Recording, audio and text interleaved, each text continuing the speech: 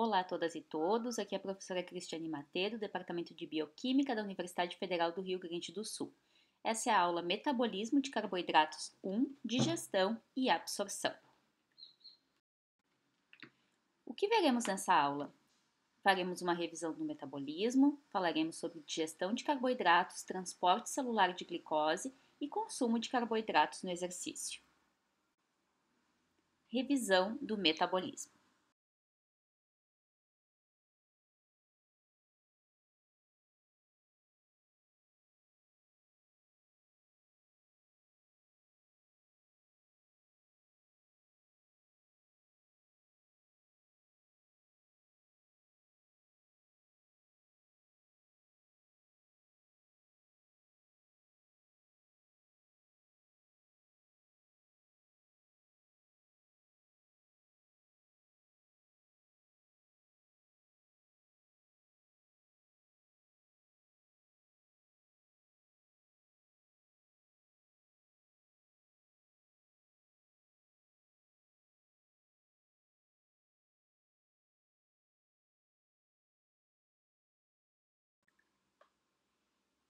Revisão do metabolismo de lipídios.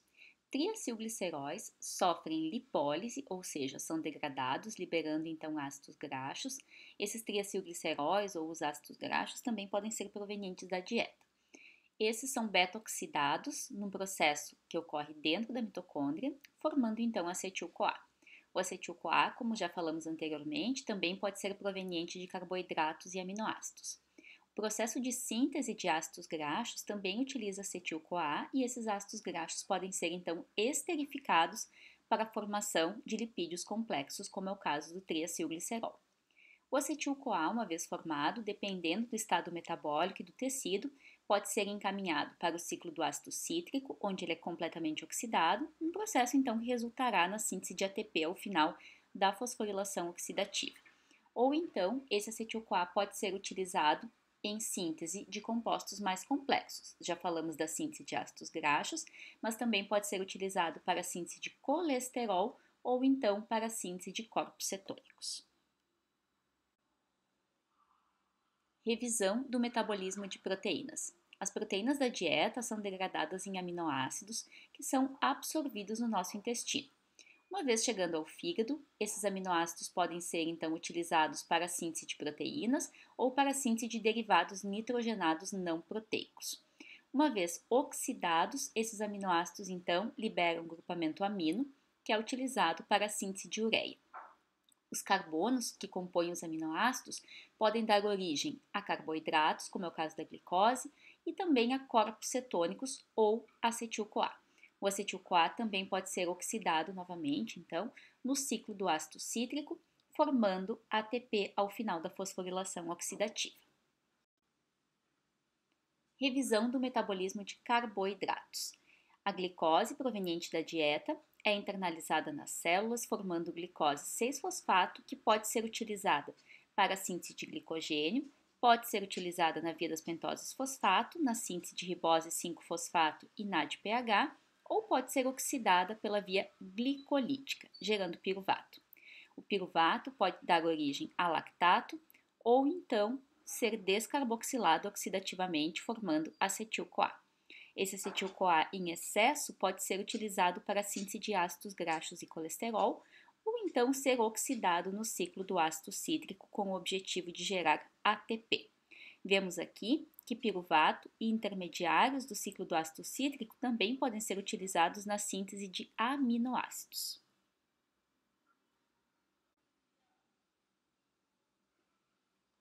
Digestão de carboidratos.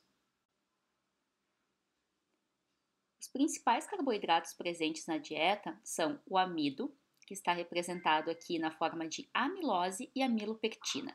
A amilose é uma cadeia, então, linear formada por unidades glicosídicas unidas por ligações alfa 4. Já a amilopectina, além dessa cadeia linear de unidades glicosídicas unidas por ligações alfa 4, ela também apresenta ramificações, que são então unidades de glicose unidas por ligações do tipo alfa 6. Temos também aqui a representação da estrutura da maltodextrina, onde uma unidade de glicose é unida à outra por uma ligação do tipo alfa 4, de uma estrutura linear composta por 2 até 20 unidades glicosídicas. Temos aqui também a estrutura de vários disacarídeos. É o caso da lactose, formada por galactose e glicose, a sacarose, formada por glicose e frutose, a isomaltulose, que é uma conversão, então, da molécula de sacarose, mudando, então, a ligação glicosídica que une as unidades de glicose e frutose. Temos também a estrutura da frutose isolada e a estrutura da glicose isoladas. Vemos que o que compõe, então, de uma forma geral, quimicamente as estruturas são carbono, oxigênio e hidrogênio, e são estruturas altamente hidrofílicas, que conseguem interagir com moléculas de água. O processo digestivo começa com polissacarídeos e disacarídeos. A digestão começa na boca. Temos aqui uma imagem mostrando a atividade da alfa-amilase salicylic. No intestino, nós temos também a ação de disacarídeos. Temos aqui a ação de cada uma dessas enzimas. Fibras na alimentação humana. Tipos de fibra. A celulose é um polissacarídeo contendo ligações glicosídicas do tipo beta-1,4. No nosso intestino não possuímos enzimas capazes de clivar eficientemente esse tipo de ligação e é por isso, então, que a celulose é utilizada pelo nosso microbioma. Ela é encontrada em fontes dietéticas tais como farinha de trigo, farelos não processados, couve, ervilhas, grãos verdes, brócolis, maçã e cenoura. A hemicelulose é formada por polímeros de arabinoxilanas e galactomananas. É encontrada em farelo de cereais e grãos em geral. A lignina não é um carboidrato, são na verdade polímeros derivados do fenilpropano, uma estrutura muito parecida com o aminoácido fenilalanina. É encontrado em farelo de cereais, morango, berinjelas, ervilha, grãos verdes e rabanetes. Temos também as fibras solúveis, como a pectina, as gomas e as mucilagens, sendo que a pectina é formada por galactourananas, arabinogalactanas, beta-glicanos e arabinoxilanas. É encontradas em sucos, maçãs e frutas cítricas. As gomas são formadas por galactomananas e arabinogalactanas. É encontrada em farinha de aveia, grãos secos, couve-flor, grãos verdes, couve, cenoura, batata e morango. E as mucilagens estão presentes em uma grande variedade de ramificações e galactonanas substituídas na sua estrutura. É encontrada em sementes de linho e de mostarda.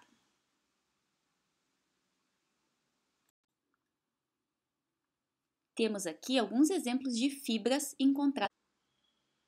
Metabolismo dos carboidratos pela microbiota do intestino grosso. Atua sobre o amido não digerido ou desidratado, que é resistente à digestão. Fibras e outros carboidratos não digeridos também. Produtos dessa digestão são gases, como é o caso de hidrogênio, CO2 e metano. Lactato e ácidos graxos de cadeia curta, sendo que os três principais são ácido acético, ácido propiônico e ácido butírico, que são absorvidos pelo intestino grosso, sendo inclusive catabolizados pelas células do intestino grosso, que são os colonócitos. Ácidos graxos de cadeia curta também são combustível, então, para os colonócitos e podem também ser utilizados por outros tecidos do nosso organismo, tendo inclusive funções musculares. Intolerância à lactose. Ela é caracterizada por dor. A prevalência de intolerância à lactose é muito variável entre diferentes populações. Por exemplo, nos Estados Unidos, a população asiática tem uma prevalência de 100% de intolerância à lactose, entre os índios americanos de 95%, entre os negros americanos de 81%, entre os americanos derivados do México, 56%, e entre brancos americanos, 24%. Em outras populações, como é o caso da Nigéria, temos tribos com uma intolerância à lactose de 89%, entre os italianos, 71%, entre aborígenes australianos, 67%, entre gregos, 53%, já entre povos que são muito dependentes do leite, dinamarqueses e holandeses, com intolerância à lactose próxima de 0%. Transporte celular de glicose. Absorção da glicose. A glicose é transportada via dois sistemas, um transporte que é dependente de sódio e também por difusão facilitada. O transporte dependente de sódio está presente na membrana luminal, permite a concentração de glicose, então, na célula epitelial intestinal, e o gradiente de sódio é importante justamente para garantir esse transporte. E ele é mantido pela enzima sódio-potássio ATPase, que utiliza ATP para realizar esse trabalho. A difusão facilitada está presente na membrana serosa das células epiteliais e também na membrana luminal. A glicose passa do lado mais concentrado, então das células, para o menos concentrado, que é o sangue. E nesse sentido, os difusores facilitados são chamados de glúteos. A galactose também utiliza os mesmos transportadores de glicose, é o caso do GLUT2, e a frutose utiliza também um transporte facilitado, tipo GLUT5. Uma vez então que é finalizada a digestão, os transportadores de glicose são denominados de resumo da digestão e absorção de carboidratos. Lactose, amido e sacarose representam os principais carboidratos que temos na dieta. A lactose passa por ação da lactase e temos então a formação de galactose e glicose. Esses então são absorvidos pelo mesmo transportador, identificado aqui como SGLT1, um transportador que é dependente de sódio, sendo concentrado dentro da célula epitelial intestinal, o enterócito, e depois, então, sendo transportado por um transportador facilitador do tipo GLUT2 para o sangue. Já o amido passa por ação da amilase, formando maltose, maltotriose e dextrinas limites. Essas passam por ação de alfa-glicosidases, liberando, então, a molécula de glicose livre. A glicose, como já vimos, é transportada por esse sistema de transporte dependente de sódio para o enterócito e depois por um transporte facilitado para o sangue. A sacarose passa por ação da sacarase e essa enzima, então, vai liberar glicose e frutose. A frutose é captada via GLUT5 para o enterócito e depois por um transportador facilitador juntamente com glicose e galactose para o sangue no mesmo transportador, então chamado de GLUT2. Consumo de carboidratos no exercício. Desde o início do século XX, sabe-se que a ingestão de carboidratos está relacionada ao desempenho no exercício. A disponibilidade de carboidrato como substrato para a contração do músculo esquelético e para o sistema nervoso central, por exemplo, então o cérebro, é importante para o desempenho no exercício de resistência. Recomendações. Dependendo da intensidade e duração do exercício, consumir de 5 a 12 gramas por quilo de peso corporal por dia de carboidratos.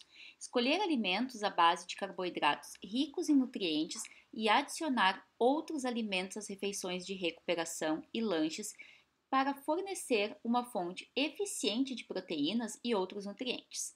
Esses nutrientes podem auxiliar em outros processos de recuperação e, no caso da proteína, pode promover a recuperação de glicogênio adicional quando a ingestão de carboidrato for subótima, ou diante da impossibilidade, então, de consumir lanches de uma forma mais frequente. Consumir uma bebida esportiva que propicie uma fonte conveniente de carboidrato na primeira hora subsequente ao exercício, quando o apetite está suprimido, também é muito eficiente.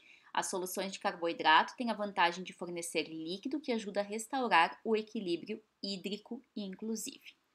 Na tabelinha, nós temos então recomendações de ingestão de carboidratos pós-exercício. Imediatamente após o exercício, num período então que varia de 0 até 4 horas após o exercício, o ideal é que seja ingerido de 1 a 1,2 grama de carboidrato por quilo de peso corporal em intervalos frequentes. E nesse período especificamente, nós veremos depois que é interessante que se ingira um carboidrato de alto índice glicêmico para facilitar a recuperação do glicogênio muscular. Atividades de baixa intensidade ou baseadas em habilidade, o suficiente por dia é o consumo de 3 a 5 gramas de carboidrato por quilo de peso corporal. Num programa de exercício moderado, onde 1 hora por dia, então, dessa modalidade de exercício é realizada, são sugeridas a utilização de 5 a 7 gramas de carboidrato por quilo de peso corporal por dia. Num programa de resistência, um exercício de intensidade moderada a alta de 1 a 3 horas por dia, se sugere o consumo de 6 a 10 gramas de carboidrato por quilo de peso corporal por dia.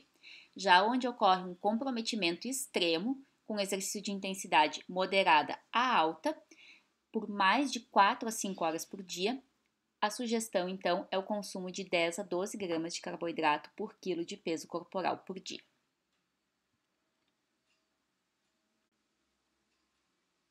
Quando o período entre as sessões de exercício for inferior a 8 horas, iniciar a ingestão de carboidrato o quanto antes após o primeiro treinamento para maximizar o tempo de recuperação efetiva entre as sessões.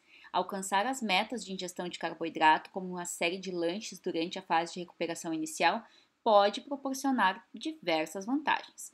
Durante períodos de recuperação mais longos, por exemplo, em 24 horas, organizar o padrão e o momento certo das refeições e lanches ricos em carboidrato, conforme a praticidade e o grau de conforto para a situação, levando em conta também o conforto gastrointestinal. A síntese de glicogênio é a mesma, independente da forma líquida ou sólida de carboidrato que é consumido. Alimentos ricos em carboidrato, com um índice glicêmico moderado a alto, propiciam uma fonte prontamente disponível de carboidrato para a síntese muscular de glicogênio e devem ser as principais escolhas de carboidrato nas refeições de recuperação, ou seja, logo após o treinamento. A ingestão energética adequada é importante para a recuperação ideal de glicogênio. As práticas de alimentação restritivas de alguns atletas, em particular as mulheres, dificultam a tarefa de alcançar as metas de ingestão de carboidrato e otimizar assim o armazenamento de glicogênio. As metas de ingestão diária de carboidrato em geral baseiam-se na massa corporal ou representante do músculo ativo e também na carga de exercício que é realizada. As diretrizes podem ser sugeridas, mas precisam estar bem sintonizadas com as metas dietéticas gerais e com o feedback do treino também. Os atletas devem adotar práticas sensíveis com relação à ingestão de álcool em todas as ocasiões, mas sobretudo durante o período de recuperação após o exercício, pois o álcool interfere na ressíntese de glicogênio. Índice glicêmico. O índice glicêmico dos alimentos é um indicativo da velocidade do aumento da concentração sanguínea de glicose após o consumo. Temos aqui nessa tabela ao lado o índice glicêmico de diversos alimentos selecionados, onde os valores estão ajustados para o valor de 100 correspondente ao pão branco. Então, o pão de trigo tem um índice glicêmico máximo de 100. Quando comparamos um pão, por exemplo, de centeio, vemos que aqui a aquisição de um alimento integral reduz o índice glicêmico a 88. Já massa como espaguete branco fervido terá um índice glicêmico de 67. Temos aqui mais alguns exemplos, por exemplo, o arroz polido terá um índice glicêmico de 81, bastante alto também. Diversos cereais de café da manhã são muito açucarados, é o caso dos sucrilhos, que tem um índice glicêmico de 121. Nessa tabela temos o índice glicêmico de outros alimentos e fica aqui como então uma fonte de consulta para vocês. Ingestão de carboidrato de 30 a 60 minutos antes do exercício. Os fatores que determinam a resposta glicêmica durante o exercício são os efeitos estimulatórios combinados da insulina e da atividade contrátil sobre a captação de glicose muscular. Tanto a insulina quanto a contração muscular irão estimular, então, a transferência de transportadores do tipo GLUT4 para a membrana muscular e, consequentemente, estimular a captação de glicose para esse tecido. O equilíbrio dos efeitos inibitórios e estimulatórios da insulina e das catecolaminas sobre o débito de glicose no fígado. Lembrando, então, que o exercício estimula a liberação de adrenalina, que tem um efeito contrário ao da insulina. A magnitude da absorção intestinal contínua da glicose a partir do carboidrato ingerido. Então, totalmente dependente da dieta. Do lado direito, nós temos uma imagem mostrando o delta da glicemia com dois tipos de dieta. Na linha tracejada, carboidratos com baixo índice glicêmico, mostrando que nós temos um pico menor de glicose, em torno de 60 minutos depois da ingestão, e esse pico, então, ele vai se manter por mais tempo em valores mais elevados. Ele tem, então, uma sustentação dos níveis de glicose sanguínea, já que a absorção ela é mais lenta por um tempo mais prolongado. e temos na linha contínua uma dieta com um alto índice glicêmico de carboidrato. Vemos que em 60 minutos temos um pico de glicose muito mais alto e ele também decai de uma forma muito mais intensa. Para a realização de exercício, o ideal então é que se ingira um carboidrato de baixo índice glicêmico antes da realização do exercício, pelo menos 60 minutos até 90 minutos antes da realização do exercício, para que não tenhamos então este pico de glicose, esse pico glicêmico e, consequentemente, um efeito rebote na glicemia que pode acontecer, que nós falaremos mais no próximo slide.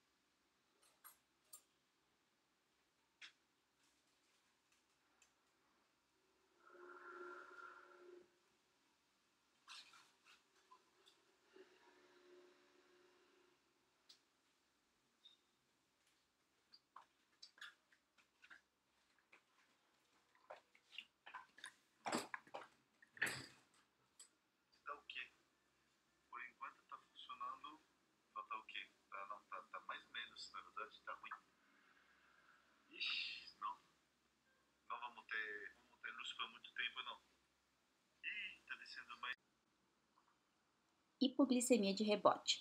A hipoglicemia é caracterizada por vários sintomas, incluindo tontura, náusea, suor frio, diminuição do alerta mental e da capacidade de concentração, perda da habilidade motora, frequência cardíaca aumentada, fome excessiva e desorientação. A hipoglicemia recebeu considerável atenção porque a ingestão pré-exercício de carboidratos parece induzir a hipoglicemia reativa, também conhecida como hipoglicemia de rebote. Embora os sintomas da hipoglicemia que podem ocorrer durante o exercício prolongado sejam idênticos àqueles resultantes da hipoglicemia de rebote, a causa é muito distinta. A ingestão de carboidrato na hora que antecede o exercício resulta em uma grande elevação nos níveis plasmáticos de glicose e insulina.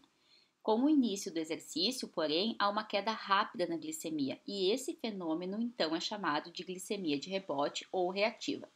E como nós podemos minimizar esse efeito?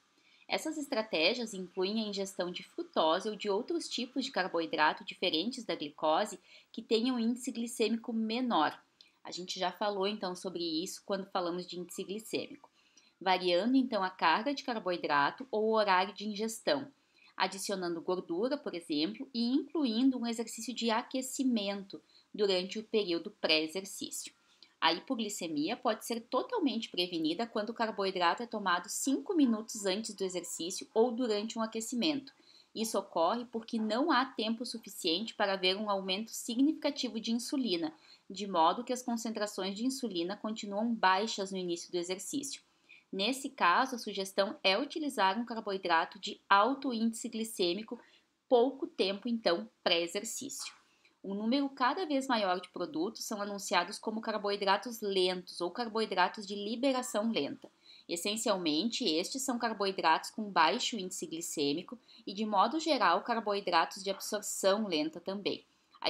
A ideia, então, de usar esse tipo de carboidrato atinge a circulação de uma forma mais lenta e sem causar um pico muito grande de insulina e, consequentemente, né, claro, também de glicose sanguínea. Isso é muito atraente, então, para o consumidor. O consumo desses carboidratos com baixo índice glicêmico, ele pode ser realizado, então, 1 hora ou mais antes do exercício. Esse é o ideal.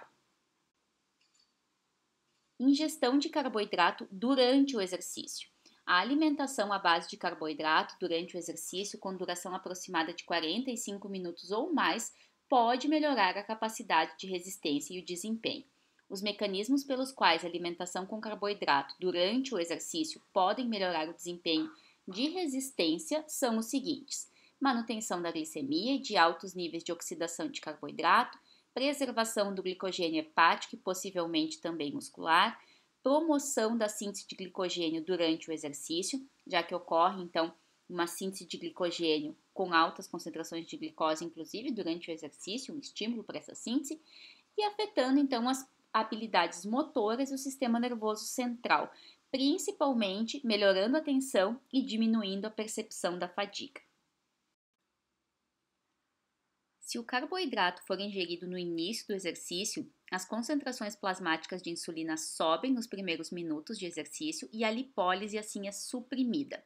Dessa forma, a disponibilidade de ácidos graxos é diminuída. Essa condição, então, pode explicar parcialmente as taxas de oxidação de gordura menores observadas nessa situação específica. A ingestão de carboidrato durante o exercício também inibe a oxidação de gordura, impedindo o transporte de ácidos graxos para dentro da mitocôndria. Já quando o carboidrato é ingerido em uma fase mais tardia do exercício, os níveis já elevados de catecolamidas, como é o caso então da adrenalina, anulam a resposta da insulina e assim a oxidação de gordura é menos afetada. A intensidade do exercício também é importante. Estudos sugerem que o efeito supressivo da alimentação com carboidratos sobre o metabolismo de gordura é maior a uma baixa intensidade de exercício do que em uma intensidade de exercício mais alta. Temos aqui do lado direito o gráfico mostrando o tipo de carboidrato e a recomendação de ingestão ao longo do tempo de treinamento. Até 30 minutos não é recomendada a ingestão de nenhum tipo de carboidrato. Até 60 minutos se recomenda a ingestão de pequenas quantidades ou então o enxágue bucal já é suficiente. A partir de 60 minutos de exercício, aí sim é bem importante que nós tenhamos a ingestão. Até 2 horas de 30 gramas por hora de carboidratos e a partir de 2 horas, 60 gramas por hora de carboidratos. Na tabela abaixo, vemos as taxas de oxidação de carboidratos ingeridos durante o exercício. Carboidratos de oxidação lenta, até 0,6 gramas por minuto. Frutose, galactose, isomaltulose, trealose e amilose. Carboidratos de oxidação rápida, cerca de 1 grama por minuto. Glicose, sacarose, maltose, maltodextrinas e amilopectina, que é oriunda então da quebra do amido, assim como as maltodextrinas. Também temos mistura de carboidratos de oxidação muito rápida, ou seja, mais de 1 grama por minuto. É o caso da combinação de glicose e frutose, maltodextrina e frutose, e glicose, sacarose e frutose. Ingestão de carboidrato após o exercício. O principal propósito da ingestão de carboidrato após a atividade física é repor as reservas depletadas de glicogênio no fígado e do músculo. Teremos uma aula específica sobre esse conteúdo em breve.